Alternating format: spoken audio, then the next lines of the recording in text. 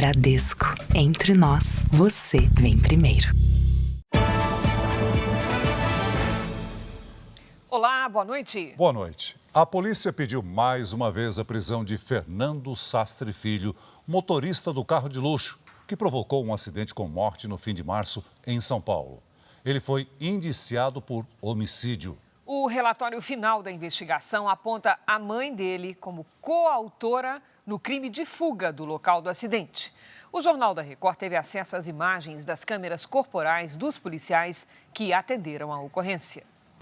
As imagens foram extraídas das câmeras nas fardas dos policiais. Os PMs chegaram ao local às 2h50 da manhã, 20 minutos depois que o carro de luxo, dirigido por Fernando Sastre Filho, bateu no veículo onde estava o motorista de aplicativo Ornaldo Viana. Uma testemunha foi uma das primeiras a conversar com os policiais. Eles pegaram velocidade, passou pela gente, aí eu ainda falei, eles vão bater. Aí, quando a gente viu, eles já tinham batido. A mãe de Fernando, Daniela Cristina de Medeiros, já estava no local. Como é que eu posso levar ele no São Luís? Nesta imagem, ela e o filho passam por um dos policiais. Ela tentou tirar o filho da cena do acidente. O senhor era o condutor do carro? Tá, então, só que a gente tem que qualificar ele. Cadê sua CNH? Você já passou tudo pra ele. Passei aqui, vamos... Tá tudo com ele já. Só que você não pode tirar ele daqui assim. A gente tem que qualificar primeiro pra depois a senhora retirar. Então vamos. Eu sei. Vamos lá, vamos lá. Em nenhum momento, o Fernando e a mãe demonstraram preocupação com o ocupante do carro atingido. Você levar ele pra fazer um raio-x. Isso, ele vai fazer um raio-x. No momento em que os agentes começaram a pedir os dados, chegou uma testemunha que afirmou ter visto o carro de Fernando em alta velocidade. Na hora do outro lado ali, esse carro passou voado aqui, ó. Fernando e a mãe foram levados para perto do carro da polícia. A PM perguntou a outro agente se ele tinha um bafômetro. Enquanto não, deixa eu só qualificar. Você tem etilômetro? Não. O jovem começou a ser interrogado e respondeu a todas as perguntas olhando para baixo.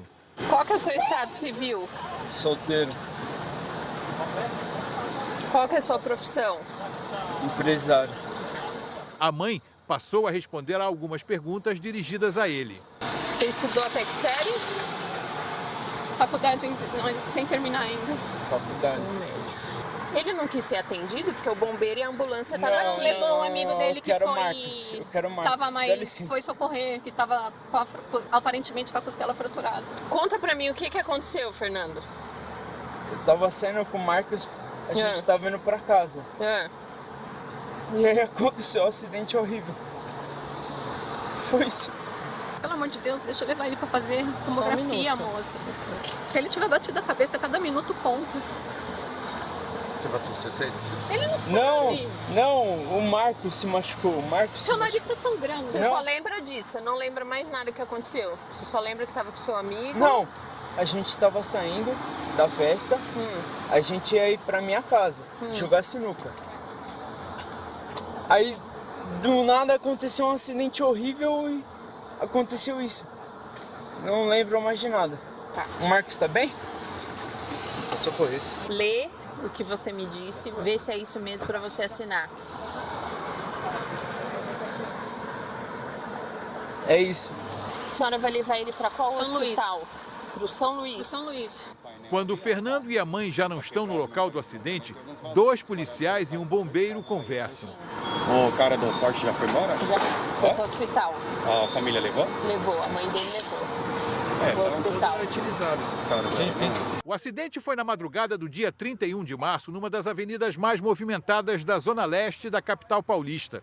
Câmeras de segurança mostraram a passagem do carro de luxo que Fernando dirigia em alta velocidade, num trecho em que o limite é de 50 km por hora. O Ministério Público confirmou que o carro, momentos antes da batida, estava a 156 km por hora e que no momento do choque, a cerca de 114 km por hora.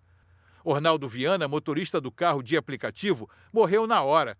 E Marcos Vinícius Rocha, que estava com Fernando, teve 4 costelas quebradas e passou por 2 cirurgias, uma delas para retirar o baço. Ainda no hospital, Marcos Vinícius confirmou à polícia que Fernando bebeu horas antes do acidente. Hoje, o Instituto de Criminalística fez uma reconstituição virtual no local do acidente. Os agentes fizeram medições num trecho de quase 240 metros da avenida, que serão encaminhadas ao laboratório do IC. A delegacia que investiga o caso concluiu e enviou o inquérito policial à Justiça com um pedido de prisão preventiva de Fernando Sastre Filho. É o terceiro pedido de prisão contra o jovem que dirigia o carro de luxo desde o início das investigações. No relatório final, em que Fernando foi indiciado por homicídio doloso, lesão corporal grave e fuga do local do acidente, a mãe dele foi incluída como coautora da fuga do filho. A defesa de Fernando não quis comentar o inquérito policial e nem esse novo pedido de prisão. Veja agora outras notícias desta quinta-feira. De cada 4 casas brasileiras, uma não tinha comida suficiente na mesa em 2023. Grupo suspeito de criar mais de 500 sites falsos de leilão é preso em São Paulo. Petrobras decide dividir metade dos lucros do ano passado com acionistas. Veja como vai funcionar o sistema de cashback de impostos com a reforma tributária. Suprema Corte dos Estados Unidos começa a julgar se Donald Trump tem imunidade presidencial.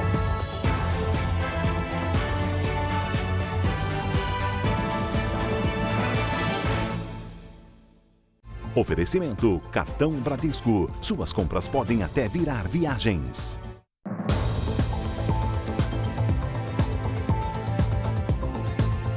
Policiais de São Paulo e do Distrito Federal prenderam 6 integrantes de uma quadrilha que falsificava sites de leilões de carros. Em 5 anos, os suspeitos clonaram mais de 500 sites. O cliente arrematava o carro, mas nunca recebia o bem. Ainda era madrugada quando os 10 mandados de busca e apreensão e 9 de prisão começaram a ser cumpridos na capital e na Grande São Paulo. Uma das pessoas detidas, identificada como Suzane, é mulher de um dos chefes da quadrilha, Lucas Fernando Simões, que tinha fugido para os Estados Unidos antes da operação. Na casa deles foi encontrado esse cofre com mais de R$20 mil e $200. Suzane não quis gravar entrevista. No total, 61 pessoas foram indiciadas por envolvimento no esquema. Segundo as investigações, o grupo agia há pelo menos 5 anos. Os criminosos clonavam sites reais de empresas conhecidas no ramo de leilão de veículos. O site verdadeira.com.br, eles colocavam .net. E depois impulsionavam esses sites através de marca digital. Então, quando a pessoa ia procurar aquela empresa verdadeira, a primeira que aparecia era falsa. Então, eles clicavam ali dentro e, a partir daí, enganavam as pessoas. De acordo com a polícia, falsos comprovantes de arrematação eram enviados para as vítimas, que só percebiam a farsa quando o carro não era entregue. Apenas no Distrito Federal foram registradas 10 ocorrências com prejuízos de cerca de R$470 mil. A investigação também identificou contas bancárias de laranjas em mais de 10 instituições financeiras diferentes. A maioria de pessoas que moram em comunidades do Rio de Janeiro. Os criminosos recebiam os valores e transferiam imediatamente para outras contas. Uma estratégia para dificultar o rastreio. Pelo menos 50 contas bancárias foram bloqueadas pela Justiça. Os 540 sites falsos identificados foram tirados do ar por ordem judicial. A polícia ainda estima que existam ao menos outras 1.000 vítimas espalhadas pelo país. E fica o alerta para as pessoas tomarem cuidado com esses falsos sites, né? Procurar confirmar, procurar checar a origem, se é verdadeira desses sites que ocorrem essas vendas de supostos carros aí por leilão. 5 pessoas foram presas numa operação do Ministério Público do Rio de Janeiro contra milicianos. Entre os alvos estão policiais da Ativa e um homem que fingia ser policial civil para ter acesso a informações privilegiadas. Os presos da operação são suspeitos de atuar em favor da milícia da comunidade do Batomuxi, na zona oeste da capital fluminense. Entre os denunciados estão um policial civil e 2 policiais militares do BOP, o Batalhão de Operações Especiais. Na casa de um deles, drogas e munição foram apreendidas. A suspeita é que os agentes recebiam propina para repassar informações privilegiadas aos milicianos. Forneceu informações se havia investigações em andamento em desfavor dos seus integrantes, forneceu armas, munições, inclusive um policial militar, uma das acusações é que ele comprava camisas da Polícia Militar para fornecer à milícia. Um homem que se passava por policial civil está entre os presos da ação de hoje. Segundo o Ministério Público, ele circulava por delegacias com um distintivo e usava a senha de um agente da ativa para ter acesso às investigações que envolviam o grupo criminoso. No celular dele foram encontradas provas da atuação como falso policial. Ele, inclusive, chamava os policiais civis de colegas, quando se referia a eles para os milicianos. Ele próprio dizia e mostrava isso com fotografias tiradas do seu próprio celular, do seu próprio aparelho, que ele participava de operações, que ele dava caronas para alguns agentes, dirigia viaturas, inclusive levava para lavar. A Corregedoria da Polícia Civil informou que afastou o agente denunciado e que apura a situação do falso policial. Já a Corregedoria da PM disse que auxilia e apoia as ações do Ministério Público. As defesas dos investigados não foram localizadas. Salvador pode ter o abril mais chuvoso dos últimos 51 anos. Vamos saber por quê com a Lidiane Sayuri. Oi, Lid, boa noite. Explica pra gente. Olha, um dos principais fatores é a temperatura acima do normal em toda a costa do Nordeste. Cris, boa noite para você. Boa noite, Celso. Boa noite a todos. Com o oceano mais quente, a evaporação aumenta, mais umidade sobe para a atmosfera e novas nuvens de chuva se formam. Neste momento, as nuvens carregadas se concentram sobre o Amazonas, o Pará e o Maranhão. Amanhã, o Rio Grande do Sul e as regiões Norte e Nordeste devem receber a maior quantidade de água. Em Salvador, Natal, Macapá e em Porto Alegre, os temporais podem causar novos alagamentos e deslizamentos. Já na região central do Brasil, o ar seco predomina. No giro de temperaturas, Florianópolis deve marcar até 25 graus nesta sexta à tarde. No Rio de Janeiro, vai ter muito mais sol do que chuva, com 30 graus. Em Goiânia e em Rio Branco, 32. E em Fortaleza, atenção à chuva forte. O tempo fica abafado com 31 graus. Em São Paulo, sem muitas mudanças. Calor acima dos 30 graus e tempo bastante seco. Temos tempo delivery primeiro para o Arthur de Vitória da Conquista, na Bahia. Vamos lá. Arthur, boa noite para você. Previsão de dias abafados. Na sexta faz até 28. No sábado a chuva aperta mais e as temperaturas não passam dos 27. Domingo, 28 de novo. Agora o Jackson quer saber a previsão para a Ilha do Mel, no Paraná. Opa, Jackson, seguinte, na sexta tem previsão de chuva rápida à tarde com máxima de 27. No sábado, tempo firme com 31 e no domingo faz até 30 graus.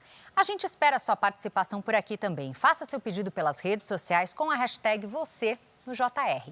Cris, Celso. Valeu, Lid. Até amanhã, Lid. Ainda hoje, Suprema Corte Americana analisa pedido de imunidade do ex-presidente Donald Trump no caso da invasão do Congresso. O Congresso Nacional começa a analisar as regras da reforma tributária, que vão mudar a forma como pagamos impostos no país. De cada 10 mulheres cadastradas em aplicativos de relacionamento, 4 já foram vítimas de algum tipo de fraude.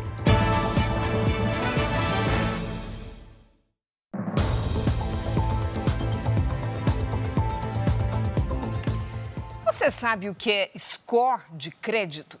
Trata-se de uma pontuação, uma espécie de nota, que pode facilitar o acesso ao crédito e às operações financeiras.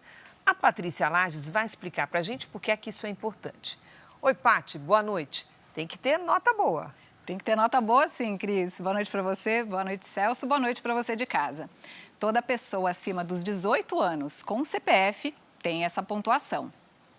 O score é calculado pelas empresas de proteção ao crédito para mostrar aos bancos e ao comércio em geral como cada cliente lida com o dinheiro. A pontuação é consultada, por exemplo, nas solicitações de abertura de conta corrente, pedidos de cartão de crédito, empréstimos e financiamentos, crediários em lojas e também na locação de imóveis. O score é dividido em 4 classificações. A baixa e a regular vão de 0 até 500 pontos e nelas as chances de acesso ao crédito são menores. Um bom score está na faixa entre 501 a 700 pontos. E a faixa excelente, acima dos 701 pontos, a pessoa tem mais facilidade de liberação de crédito. Paty, como é que faz? Que dicas você dá para a gente para ter um bom score, um score que permita o acesso ao crédito, uma nota boa? Uma nota boa, né, Cris? Olha, geralmente são analisados os últimos 6 meses do histórico financeiro. Por isso é possível melhorar a pontuação ao pagar as contas em dia, evitar o uso do limite do cheque especial, pagar sempre o total da fatura do cartão e também é muito importante não fazer um empréstimo atrás do outro, porque isso pode representar um descontrole financeiro que pode diminuir o score. Uma pesquisa recente revelou que 90% dos consumidores com a classificação excelente fazem um controle financeiro mensal. Por outro lado, 9 em cada 10 pessoas com score baixo ou regular estão com dificuldades de pagar as dívidas porque não tem nenhum tipo de controle financeiro. O simples hábito de colocar as contas no papel pode fazer a diferença para uma vida financeira mais equilibrada. Cris, Celso. Valeu, Paty. Brasil, Estados Unidos e mais 16 países publicaram um comunicado conjunto pedindo a libertação dos 129 reféns israelenses. Há mais de 200 dias, eles estão em poder dos terroristas do Hamas na faixa de Gaza. A declaração foi divulgada hoje pelo Ministério das Relações Exteriores do Brasil. Salientamos que o acordo sobre a mesa para a libertação dos reféns permitiria um cessar-fogo imediato e prolongado em Gaza, o que facilitaria o envio de assistência humanitária adicional necessária a toda a faixa de Gaza. É o que diz o comunicado assinado por 18 países, entre eles Alemanha, Argentina, França e Reino Unido, além de Brasil e Estados Unidos. Hoje, em Tel Aviv, familiares e amigos fizeram uma nova manifestação para pedir o retorno dos sequestrados. O exército israelense informou hoje ao governo que terminou os preparativos e espera apenas a autorização do gabinete de guerra para entrar em Rafah, que fica na fronteira do território palestino com o Egito. Quando isso acontecer, as forças israelenses vão começar a retirar os moradores da cidade, um processo que pode levar semanas para ser concluído. Em Bruxelas, o Parlamento Europeu votou a favor da condenação do Irã pelo ataque contra Israel no começo deste mês. A decisão inclui um apelo para que a Guarda Revolucionária do Irã entre na lista de organizações terroristas da União Europeia, além de aplicar novas sanções econômicas ao país e responsabilizar o Irã pela escalada de tensão no Oriente Médio. A Corte de Apelações de Nova York anulou hoje uma das condenações do ex-produtor de cinema de Hollywood, Harvey Weinstein, por crimes sexuais. O ex-magnata e um dos nomes mais conhecidos da indústria do cinema foi condenado em 2021 a 23 anos de prisão por agressão sexual e estupro. Harvey Weinstein cumpre a pena numa penitenciária do estado de Nova York.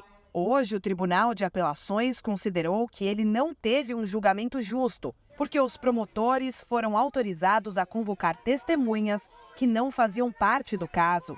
As acusações contra o então produtor de Hollywood começaram em 2017.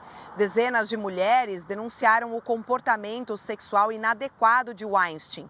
Os promotores afirmam que ele usava a posição privilegiada na indústria do cinema para intimidar as vítimas e também para sair impune. As denúncias desencadearam uma onda mundial de manifestações contra a má conduta sexual de homens famosos. O movimento ficou conhecido como Me Too, em que mulheres afirmavam que também foram vítimas de crimes sexuais e incentivavam outras a denunciar qualquer violência deste tipo.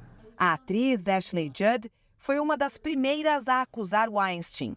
Hoje, ela criticou a decisão do Tribunal de Apelações. E essa ativista do movimento Me Too falou sobre a sensação de impunidade gerada em tantas sobreviventes. O ex-magnata vai continuar preso por causa de uma outra condenação a 16 anos de prisão por estupro. O caso de Weinstein lembra o do ator e ex-comediante Bill Cosby, que teve a condenação por agressão sexual anulada 3 anos após o julgamento. Ele deixou a prisão. Ainda hoje, 8.700.000 pessoas vivem em situação de insegurança alimentar grave no Brasil. Petrobras aprova a distribuição aos acionistas de metade dos dividendos extras da empresa. Após adiamento, Piruinha, um dos chefes do Jogo do Bicho no Rio de Janeiro, vai a júri popular por homicídio.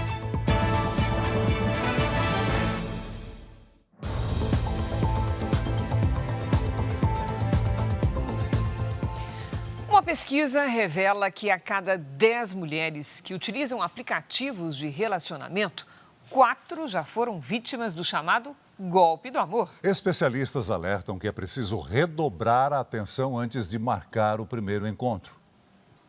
Esta advogada, que prefere não ser identificada, conheceu um rapaz num bate-papo na internet. Quando o relacionamento se tornou mais sério, ele passou a pedir ajuda financeira e jurídica. Ao todo, ela perdeu R$74 mil. Nunca devolveu, nunca pagou, nunca nem tocou no assunto. Mais que o fundo do poço.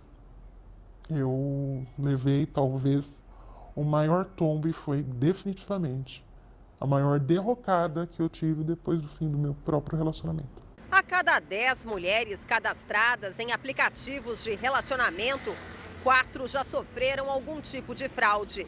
A pesquisa foi realizada com 2.000 mulheres em todo o país. A maioria diz que já recebeu ao menos um pedido de dinheiro emprestado. Em alguns casos, a mulher é convencida a pagar os boletos do estelionatário. Pagamento de telefone, pagamento de compra de produtos, acontece bastante. Este criminalista explica que é difícil recuperar o dinheiro. É preciso guardar os comprovantes de pagamento e entrar com uma ação na justiça. Estabelecer pontos de indicação das contas que ela depositou esse dinheiro. E para que depois, posteriormente, através de uma instrução processual, possa existir mecanismos de se fazer uma busca do rastro desse dinheiro efetivamente. Muitas mulheres passaram a adotar estratégias de segurança durante a interação com desconhecidos nos aplicativos de relacionamento. A maioria opta por encontros em locais públicos. 36% pesquisam o perfil da pessoa em outras redes.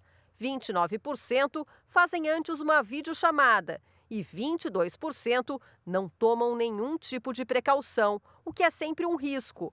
Pesquisar o nome da pessoa na internet antes do encontro também pode ajudar a evitar o estelionato amoroso. Você jogando o nome naquele buscador, ela vai te dar alguma informação. Se não aparecer nenhuma informação, não quer dizer que não exista, mas quer dizer que as chances são muito menores.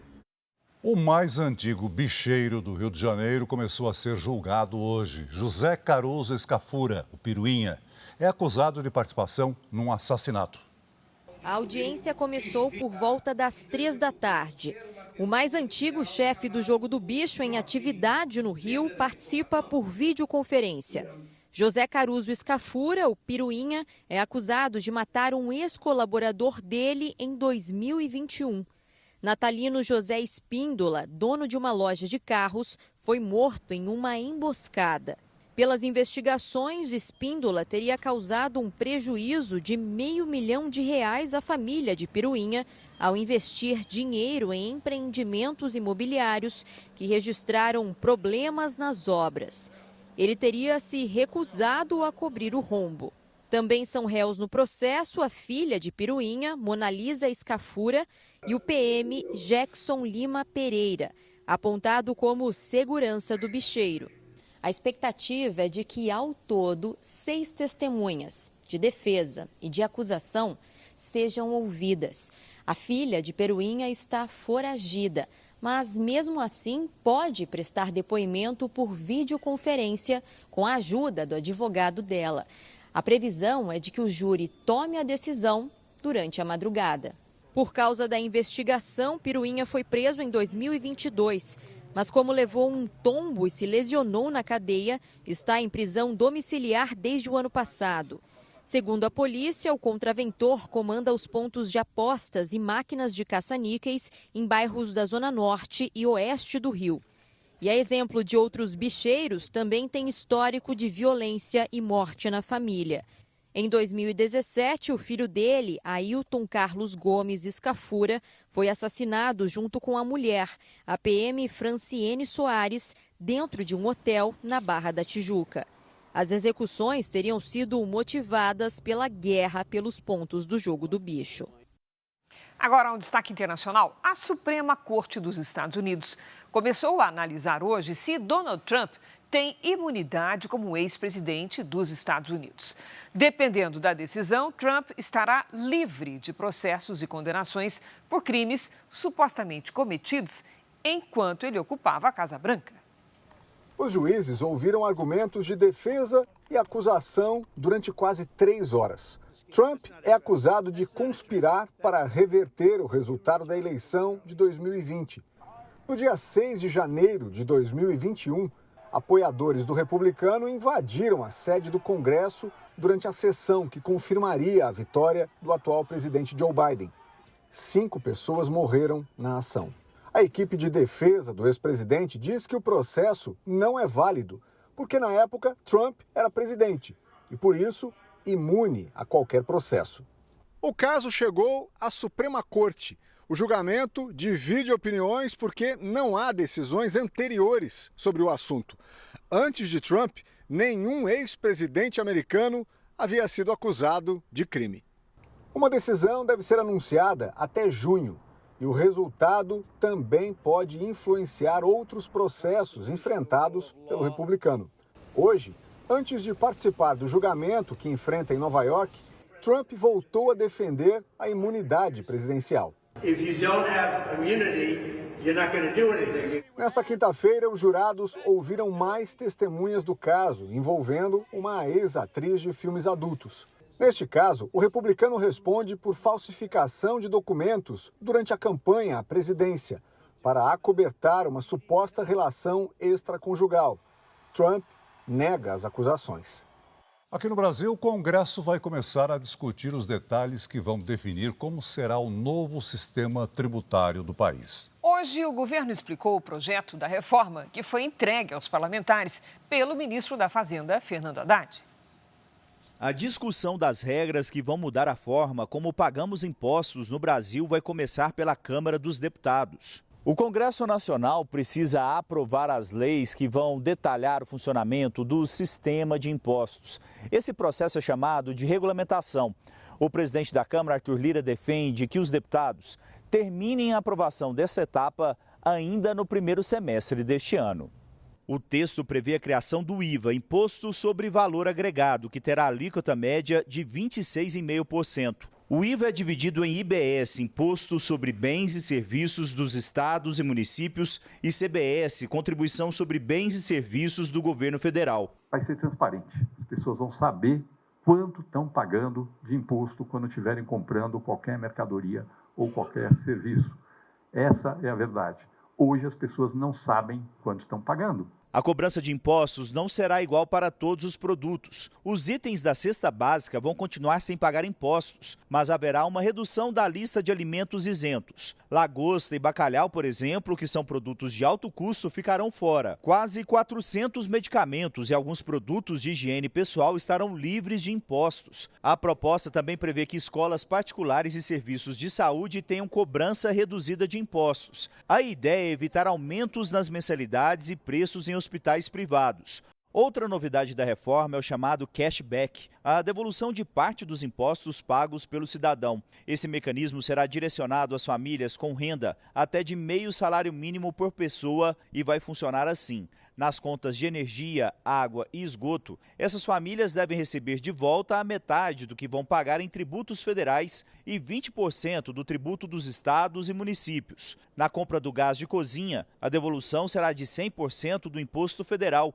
e parte do tributo dos estados e municípios. Haverá também um imposto seletivo. A ideia é cobrar mais tributos em bebidas alcoólicas, refrigerantes, cigarros e outros produtos que fazem mal à saúde, como forma de desestimular o consumo. Carros, aviões e barcos também entram nessa lista. Quem poluir mais o meio ambiente terá imposto maior. A extração de minério e de petróleo entram na taxação do imposto seletivo, mas apesar da recomendação de órgãos de saúde, os alimentos ultraprocessados não estão nessa lista. O valor do imposto ainda não foi definido e haverá uma lei específica para tratar do tema. A expectativa do governo é de que nos próximos 2 anos sejam definidas as regras da cobrança de impostos sobre o consumo e como será o período de transição do atual para o novo sistema. A simplificação, de acordo com o governo, deve gerar aumento da produtividade e crescimento econômico.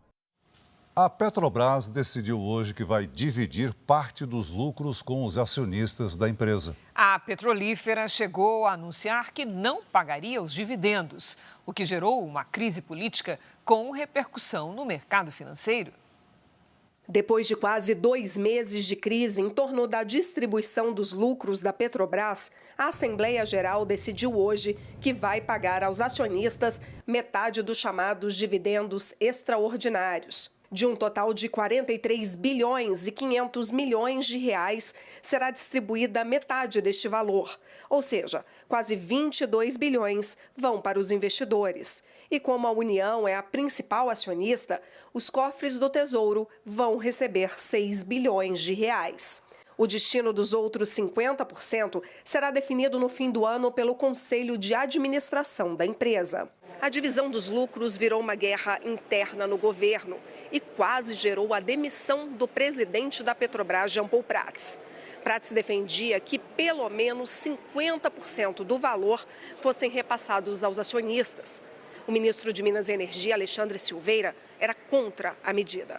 Na opinião de Silveira, a Petrobras deveria reter todo o lucro para não afetar a capacidade de investimento. Nesse embate, a empresa chegou a perder 55 bilhões de reais em valor de mercado, o que já foi recuperado. Hoje, Lula não comentou a decisão da Petrobras, mas nos bastidores a avaliação é a de que o presidente foi mal orientado ao se colocar contra a posição defendida por Prats.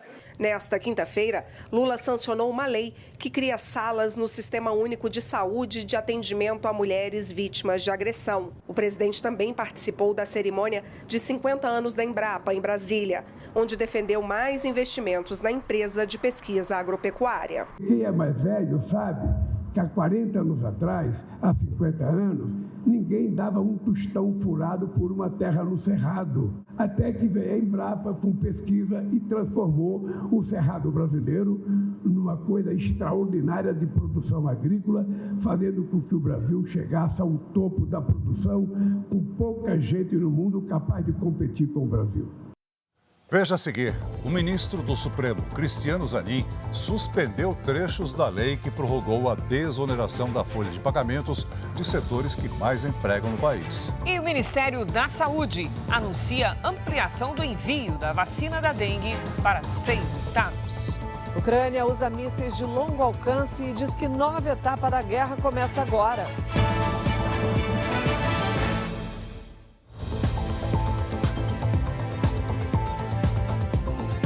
O ministro Cristiano Zanin, do Supremo Tribunal Federal, atendeu ao pedido do governo federal e, sem ouvir os setores econômicos, suspendeu trechos da lei que prorrogou a desoneração da folha de pagamento das áreas que mais empregam no país.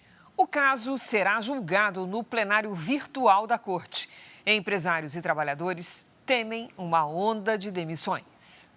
Cristiano Zanin decidiu de forma individual e não abriu espaço para que os representantes dos 17 setores e dos municípios atendidos pela medida pudessem encaminhar seus argumentos e impactos nos postos de trabalho e na economia do país. A decisão de Zanin será julgada na sessão virtual que começa na madrugada desta sexta-feira. A medida pode ou não ser confirmada pelos demais ministros do Supremo. Os votos serão inseridos no sistema eletrônico do tribunal. Zanin também pediu informações à Presidência da República, à Câmara dos Deputados e ao Senado Federal, no prazo de 10 dias. Depois, quer que a Advocacia-Geral da União e a Procuradoria-Geral da República opinem sobre o caso. Em 2021, a PGR afirmou que a desoneração não é inconstitucional e era essencial para a recuperação econômica do Brasil após a pandemia de Covid-19. A desoneração permite às empresas dos 17 setores que mais geram empregos no Brasil substituir a alíquota previdenciária de 20% sobre os salários por uma alíquota de 1 a 4,5% sobre a receita bruta. A medida havia sido prorrogada após a aprovação de ampla maioria dos parlamentares no Congresso Nacional no fim do ano passado. Estamos em choque com a decisão que suspende a desoneração até próxima votação. No mínimo, isso é uma falta de sensibilidade com as empresas. Eu pergunto, onde é que está o respeito ao Congresso e principalmente aos trabalhadores? Nós estamos sendo forçados, infelizmente, a promover demissões e parada de investimentos. Há uma perda de credibilidade muito grande com o nosso país. Especialistas ouvidos pelo Jornal da Record afirmam que a judicialização do tema gera insegurança e que a desoneração é constitucional. Não é um benefício fiscal. A Constituição dava ao legislador uma opção. Ou você tributa a folha ou você tributa a receita. A prorrogação de um benefício fiscal não é a mesma coisa da criação de um benefício fiscal. Na criação, você tem que ter o estudo do impacto econômico. Na prorrogação, não, porque ele já está criado, esse impacto já foi estudado. Me causa estranheza a alegação de que, de alguma forma, a lei que aprova a prorrogação da desoneração seria inconstitucional.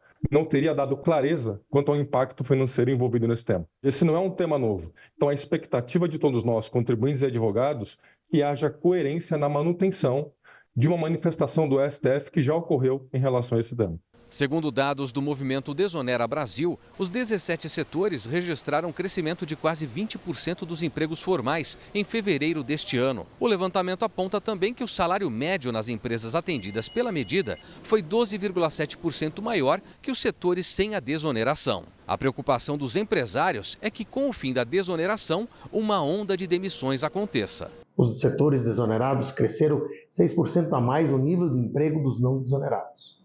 E quanto à constitucionalidade, o ministro Lewandowski disse que já decidiu lá atrás e essa decisão foi referendada por sua maioria no Congresso Nacional. E não só sendo aprovada pela Câmara e pelo Senado, como derrubado o veto com ampla maioria. Não há por que fazer novamente buscar insegurança jurídica. Parlamentares que atuaram na aprovação da medida no Congresso mostram preocupação. Não faz o menor sentido isso. Eu acho que é uma medida protelativa, ou seja, do governo, para tentar mudar o que foi decidido aqui no Congresso Nacional. A Polícia Federal informou que o serviço de agendamento pela internet para a emissão de passaportes já está normalizado. O sistema passou por atualizações depois de uma tentativa de invasão hacker na semana passada. O agendamento ficou indisponível por 6 dias. O governo anunciou hoje um acordo para reajustar os auxílios pagos a servidores públicos federais em 52% a partir de junho. Entre eles, o auxílio alimentação, que vai passar para R$ 1.000, e o auxílio creche, que será de R$ 484. Não haverá reajuste salarial neste ano. Os Estados Unidos enviaram secretamente mísseis de longo alcance para a Ucrânia. São armas que podem dar um novo fôlego ao país na guerra contra a Rússia. Os mísseis são capazes de percorrer mais de 300 quilômetros para alcançar o alvo. Com isso, dobram a distância de ataque que o país tinha com as versões de médio alcance. O carregamento enviado de forma sigilosa e que já foi utilizado pela Ucrânia deve ser só o começo. O último pacote de ajuda, aprovado nesta semana pelos Estados Unidos, prevê novas entregas, mas com a condição de que o armamento só seja lançado em território ucraniano ocupado pelos russos. Os países aliados evitavam mandar mísseis de longo alcance para não provocar uma escalada da guerra. Com as tropas na defensiva por meses, a Ucrânia planeja agora recuperar o tempo perdido. E esses mísseis permitem alcançar alvos russos distantes sem colocar o próprio exército em risco. A Rússia afirmou que o armamento não será suficiente para mudar o resultado da guerra. Na França, durante um discurso numa universidade, o presidente Emmanuel Macron disse que a Europa pode morrer diante das ameaças mundiais, inclusive da Rússia, e que o bloco deve investir na indústria militar. O Ministério da Saúde ampliou a vacinação contra a dengue para mais 625 cidades em 6 estados. São eles: Alagoas, Ceará, Mato Grosso, Piauí, Rio Grande do Sul e Sergipe. Com isso, a vacina passa a ser aplicada em 1.330 municípios do país. Após reunião com a Agência Nacional de Aviação Civil e com as companhias aéreas, o Ministério dos Portos e Aeroportos informou que vai lançar ainda neste semestre uma política nacional para transporte de animais em aviões. As empresas também se comprometeram a apresentar propostas para aperfeiçoar os serviços. Os anúncios acontecem após a morte do cão Joca durante um voo na segunda-feira. Os 9 corpos encontrados num barco à deriva no litoral do Pará foram enterrados hoje. Segundo as investigações, a embarcação veio da Mauritânia e tinha como destino as Ilhas Canárias. Em São Paulo, a denúncia de uma empresa de cosméticos sobre a falsificação de um de seus produtos levou a polícia até uma suposta central de artigos pirateados. Era nesta casa em Suzano, na Grande São Paulo, que ficava o estoque de cosméticos e suplementos. A polícia suspeita que são produtos piratas, imitações de pelo menos 3 marcas conhecidas. A investigação começou depois que uma indústria de cosméticos em São Paulo recebeu a reclamação de um consumidor sobre a qualidade de um produto. A empresa recolheu esse produto, descobriu que era uma falsificação e denunciou o caso à polícia. Era um óleo para o corpo que havia sido comprado pela internet. Os investigadores foram atrás do vendedor registrado no site e chegaram ao endereço onde fizeram a operação de hoje. Nós encaminhamos para a perícia os 2 produtos e a perícia estabeleceu que realmente aquele produto comercializado era um produto falsificado. O responsável pelo local não quis gravar entrevista. Segundo a polícia, negou que os produtos encontrados sejam piratas e disse que apenas compra e revende. Ele foi levado para a delegacia e toda a mercadoria apreendida. A gente imagina que os demais também não sejam verdadeiros, não sejam originais. A certeza só virá com o laudo dos produtos. Este dermatologista do Hospital Moriá explica os riscos para a saúde do uso de cosméticos falsificados. Pode ter uma irritação que vai desde uma vermelhidão ou um ardor transitório até uma reação mais intensa, mais forte. Até em condições mais graves, você pode ter uma queimadura local, que pode até deixar uma sequela, né? A gente tem que procurar sempre comprar produto das fontes mais idôneas possíveis para tentar escapar dessas falsificações. O número de pessoas que passam fome recuou no país, mas o índice ainda é alto. São 8.700.000 brasileiros em situação de insegurança alimentar grave. A geladeira quase vazia aumenta a angústia da Luziane. Eu olhava para um lado, olhava para outro, não tinha o que comer, não tinha outra solução. Dados do IBGE mostram que mais de 21 milhões de domicílios estão em condição de insegurança alimentar, ou seja, enfrentam restrições na quantidade de alimentos disponíveis diariamente. As regiões Norte e Nordeste apresentam as situações mais graves. O Pará foi o estado que registrou a maior proporção de domicílios com insegurança alimentar moderada ou grave, segundo o IBGE. 1 em cada 5 residências enfrenta a falta de alimentos. Em seguida, vem Sergipe e Amapá, com os piores índices. O resultado do país melhorou em relação à última pesquisa, há 6 anos. Ainda assim, 3,2% das famílias passam fome. Nós agora estamos com o chamado Programa Busca Ativa, ou seja, todo o foco é onde estão esses 8,7 milhões de pessoas, para que a gente possa ali ir atrás dessas famílias, para que ali a gente possa ter, como é que a gente trabalha? De um lado, transferência de renda, o Bolsa Família, ali tem criança, vai um valor a mais. Em Belém, a Central de Abastecimento do Pará, que antes descartava cerca de 10 toneladas de alimentos por mês, hoje trabalha com um reaproveitamento e já ajudou quase 2.000 famílias em um ano. A família da Ediana foi uma das beneficiadas. Eu aprendi a reaproveitar os alimentos, as verduras, como as cascas, semente e qualidade de vida melhor para mim e para minha família. A Record venceu o primeiro Prêmio Nacional de Jornalismo do Poder Judiciário. O documentário Escravos do Carvão, do repórter Record Investigação, mostra o drama de trabalhadores em condições análogas à escravidão em carvoarias de Minas Gerais. Carvoeira só traz essa doença pra gente. Carvoeira só traz a morte. A reportagem Escravos do Carvão mostra que em pleno século XXI, o Brasil ainda precisa combater um problema que parecia ter ficado no passado: o trabalho análogo à escravidão. Ninguém merece isso, nem jovem nem velho. A equipe da Record acompanhou operações do Ministério Público do Trabalho em carvoarias de Minas Gerais.